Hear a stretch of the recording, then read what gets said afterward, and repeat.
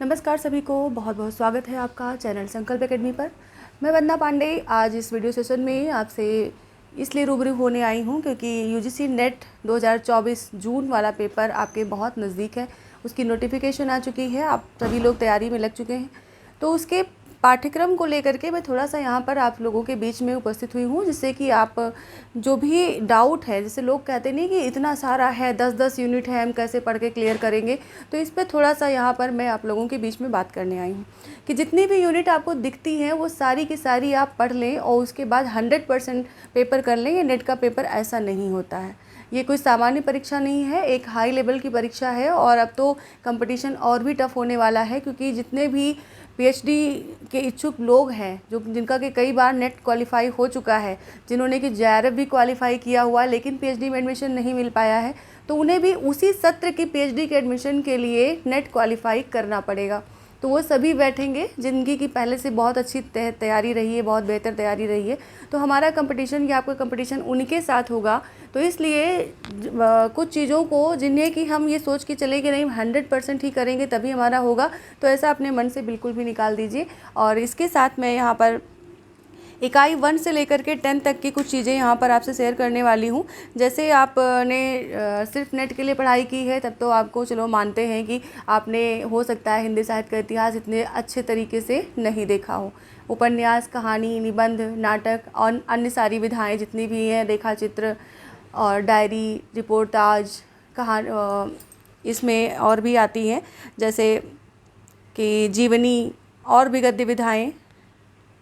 इन सब को आपने हो सकता है कि नहीं पढ़ा हो विस्तृत रूप में, लेकिन जब उपन्यास और कहानी की बात करें तो नेट के सिलेबस में ये अलग तरीके से लगी हुई हैं। जैसे आप बाकी परीक्षाओं की तैयारी करते हैं उनमें आप पूरा पैटर्न, मतलब उसमें कहीं भी कुछ भी काट छाट नहीं होती है और पूरा का पूरा पढ़ते हैं। तो अगर आपने किसी भी और परीक्षा की तैयारी पहले से की है, उसके साथ नेट की कर रहे हैं, वैसे भी मुझे नहीं लगता ऐसा कोई कैंडिडेट होगा जो सिर्फ नेट की परीक्षा में बैठ रहा होगा, तो आप उसके साथ TGT, PGT, RPSC, Uttarakhand LT, जो भी कुछ आप कर रहे हैं, बिहार एलटी, जो भी कुछ कर रहे हैं, उसके साथ की वो तैयारी आप हिंदी साहित्य का इतिहास कभी भी पढ़ेंगे, किसी भी राज्य के लिए पढ़ेंगे, वही का वही रहेगा, उसमें कुछ भी परिवर्तन नहीं होता है। तो यानी कि मैं ये मान के चलूँ कि इकाई 1 और इकाई 2 लगभग सभी का पहले से तैयार होता है, सिर्फ और सिर्फ रिवीजन की डिमांड होती है इस 2 इकाई में। एक तो हिंदी भाषा और उसका विकास, जिसमें बहुत छोटी छोटी चीज़ें आपकी रहती हैं, बहुत कम क्वेश्चन रहते हैं। टॉपिक तो बड़ा है लेकिन रिपीटेड क्वेश्चन आपको 10-12 वर्ष के जो पुराने पीवाईक्यू हैं उनको आपको देखना चाहिए, उनके जो पेपर, जो क्वेश्चन पैटर्न अभी तक पूछा गया उनको देखना चाहिए। तो इकाई 1 आपका बहुत टफ नहीं है, कम पेजेस में, कम से कम नोट्स में आप उसको कवर कर सकते हैं रिवीजन के माध्यम से। इकाई 3 है साहित्य शास्त्र। तो साहित्य शास्त्र आप किसी भी एलटी या टीजीटी या पीजीटी या किसी भी व्याख्याता की परीक्षा अगर किसी और स्टेट से दे रहे हैं तो उसमें भी साहित्य शास्त्र आपको पढ़ना होता है। बस इसमें नई चीज़ क्या है कि इसमें पाश्चात्य साहित्य शास्त्र भी लगा होता है, तो उसके लिए आपको नेट के लिए स्पेशल देखना पड़ता है। तो पाश्चात्य साहित्य शास्त्र से भी काफ़ी क्वेश्चंस आते हैं, तो उन क्वेश्चंस को देखने के लिए आपको जो है साहित्य शास्त्र के नोट्स जो है कहीं से भी अवेलेबल हों, जहाँ से भी, तो वहाँ से देखने चाहिए और अच्छे से पढ़ाई करनी चाहिए। लेकिन अगर आप इनमें थोड़ी अक्षमता है इसमें, तो भी इसको नज़रअंदाज कर सकते हैं, सिर्फ भारतीय काव्य शास्त्र ही देख सकते हैं। थोड़ा सा यहाँ पे टफ हो जाएगा कंपटीशन, लेकिन 100% कोई भी नहीं कर पाता। आप जानते हैं 70, 75, 80 तक के लाने वाले लोगों का जेआरएफ हो जाता है, उसके नीचे वालों का नेट हो जाता है। तो इतना 100% हम नहीं कर सकते, या हम ना ये सोच के चलें तो बहुत ज़्यादा सरदर्द लेने की वो नहीं है कि नहीं हमें जब तक सब नहीं तैयार होगा तब तक हमारा नेट नहीं होगा। हमारे अंदर एक कॉन्फिडेंस होना चाहिए, जितना हमने पढ़ा उतने में से हमारा हो जाना चाहिए। वैचारिक पृष्ठभूमि की बात करें तो वैचारिक पृष्ठभूमि में ज़्यादा कुछ नहीं क्वेश्चंस आते हैं, आपको पैसेज मिलते हैं, उनको पढ़ेंगे, उनके आधार पर आपको क्वेश्चन मिल जाएंगे, वो सॉल्व हो जाएगा अच्छे से। साथ में हिंदी कविता की बात करें तो थोड़ा ब्रॉड है ये, मतलब इसमें बहुत सारा कुछ दिया गया है हिंदी कविता में, तो उनको उनकी सबकी व्याख्या पढ़ पाना बहुत डिफ़िकल्ट काम है। तो सबकी नहीं पढ़नी है, लेकिन मुख्य मुख्य जो हमारे मेन जो कवि हैं उनके कविताओं को पढ़ करके उनके चीज़ों को समझने की थोड़ी सी कोशिश करनी यहाँ पर ज़रूरी है। तो उसको भी थोड़ा थोड़ा हल्के में ले सकते हैं। वैसे तो इकाई 5 से सबसे ज़्यादा क्वेश्चन बनते हैं, लेकिन फिर भी हल्के से ले सकते हैं।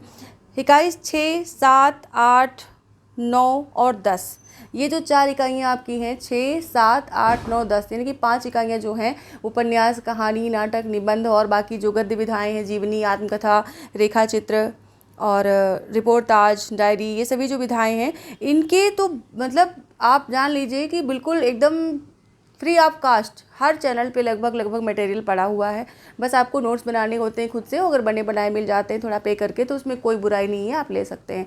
और बस इन्हीं का एक निचोड़ होता है, एक सार होता है जिससे कि आप नेट क्वालिफाई कर सकते हैं। हिंदी सेकंड पेपर जो आपका होता है उसमें बहुत कुछ देखने की ज़रूरत नहीं है, लेकिन फिर भी तैयारी जो है कभी भी कोई आसान नहीं होती है। और हम बात नेट की कर रहे हैं तो हम आसान कैसे कह सकते हैं। तो इसलिए आपको क्या करना है कि आप इकाई 1 अगर आपको ईजी लगती है तो वहाँ से शुरू करें, इकाई 2 अगर आपको ईजी लगती है तो वहाँ शुरू करें। यानी कि जो आपको टफ लगती है वो नहीं शुरू करना है आपको, जो आपको इजी लगती है आप वहाँ से शुरू करें, नोट्स बनाते जाएं, पढ़ते जाएं और साथ में अपने जो है PYQ करते जाएं। और जितने भी टेस्ट सीरीज आपको मिल सकें कहीं से भी, या प्रैक्टिस सेट अगर मार्केट में अवेलेबल है तो अवेलेबल, नहीं तो आप किसी भी यूट्यूब चैनल से जुड़ करके प्रैक्टिस सेट जो है वहाँ से परचेज कर सकते हैं। व्हाट्सएप ग्रुप के माध्यम से आजकल लगभग सभी लोग जो है इसको करा रहे हैं, वेयर करा रहे हैं, कहीं ना कहीं से अप्रोच आपको मिल जाएंगे तो वो देख सकते हैं। साथ में अपनी एक बढ़िया सी रणनीति बना करके इन 60 चीज़ों को, इन सब चीज़ों को, जैसे उपन्यास है, उपन्यास के लिए हमने 1 हफ्ता दे दिया, ठीक है। कहानी बहुत पहले से कई बार आपने पढ़ी होंगी, उनके बारे में जितने भी क्वेश्चंस हो सकते हैं उनको बना लीजिए, देख लीजिए, 1 हफ्ता इसको देख दिया। 1 महीने में आपका ये 5 यूनिट तैयार हो जाएगा आराम से। अभी हमारा अप्रैल ख़त्म, मई से स्टार्ट होने वाला है। तो मई जो है 1 मई से आप टारगेट बनाएं। 1 मई से लेकर लास्ट मई तक के आप जितनी भी ये 6 इकाइयाँ जो लास्ट वाली हैं, हिंदी साहित्य का इतिहास, और 5 लास्ट वाली, इन सबको पूरा रिवाइज कर लीजिए अच्छे से।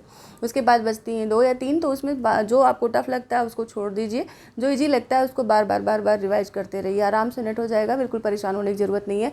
और आपके जो भी कमेंट हो उनको ज़रूर लिखें यहाँ पर। जिस भी इकाई में आपको टफ लग रहा हो उस इकाई के बारे में बात करें, उस पर हम वीडियो प्रोवाइड करने के लिए पूरी तरह से प्रतिबद्ध हैं और करेंगे। ये 1 मई से हम पूरी तरह से स्टार्ट करेंगे। आपके जितने भी यूनिट वाइज ये जो हिंदी उपन्यास है, नाटक है, कहानी है, निबंध है, इन सब पर जो है आपको डेली वीडियोज़ यहाँ पर मिलेंगी। तो उम्मीद है आप लोग हमारे साथ जुड़ेंगे। और साथ में अगर सब्सक्राइब नहीं किया सब्सक्राइब ज़रूर करें।